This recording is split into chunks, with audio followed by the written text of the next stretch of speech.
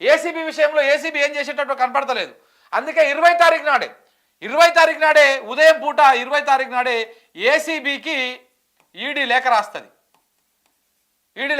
అదేదో కేసు అయిందంట మీ దగ్గర, ఆ లేఖ ఆ డీటెయిల్స్ అన్ని నాకు పంపిర్రి అని చెప్పేసి ఈడీ లేఖ రాసింది ఏసీబీకి. ఆ లేఖ రాసి ఒక గంట 2 గంటలు అయిందో కాలేదో అప్పటి లోపలనే ఆ లేఖ వచ్చిన లోపలనే హైకోర్టు కూడా తీర్పు ఇచ్చేసింది, కేటీఆర్ను 30 తారీఖు దాకా అరెస్ట్ చేయొద్దు అని. ఆ తీర్పు వచ్చిన వెంటనే ఈడీ ఈ లేఖ ఆధారంగా కేసు నమోదు చేసింది. చూడండి ఎంత ఎంత చకచక జరిగిపోతున్నాయి చూడండి. అంటే ఈ ఒలకు చిక్కకపోతే ఆ ఒలకు 100% చిక్కుతాడు ఇక.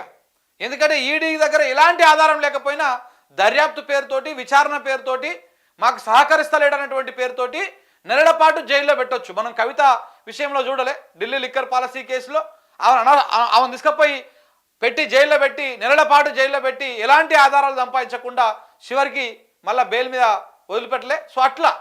సో కాబట్టి ఎట్లనో ఒక దగ్గర కేటీఆర్ ఇరికియాలి కాబట్టి ఏసీబీకి ఇక్కడ దొరికేటట్టు లేడు కథ. అందుకే చిన్నవల ఇగో ఈ చిన్నవలకు దొరికేటట్లేడు. అందుకే పెద్ద వల రెడీ చేసి పెట్టారు అన్నమాట.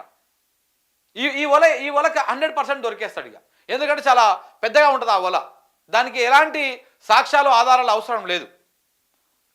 తీసుకుపోయి అకారణంగా తీసుకుపోయి జైల్లో పెట్టొచ్చు.